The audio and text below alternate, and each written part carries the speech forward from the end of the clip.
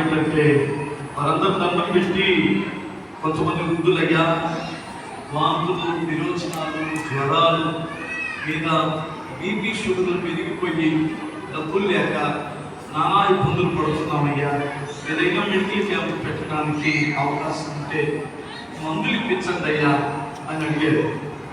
సరే అదేదో నాకు మంచిదంటే సిఎస్ రావు గారితో మాట్లాడితే ఆయన ఏమన్నారంటే, బ్రదర్ నేను మాత్రమే కాదు మీకు ఇద్దరు డాక్టర్స్ ఉన్నారు, పెద్ద డాక్టర్లు పెద్ద లలితాలు ఇంకా కొన్ని పెద్ద హాస్పిటల్లో పనిచేస్తున్న డాక్టర్స్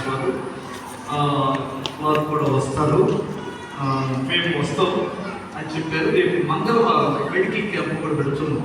వారికి కావాల్సినటువంటి మందులు బీపీకి, షుగర్కి, జ్వరాలకి, విరోచనాలకి కావాల్సిన మందులను తీసుకున్నాం.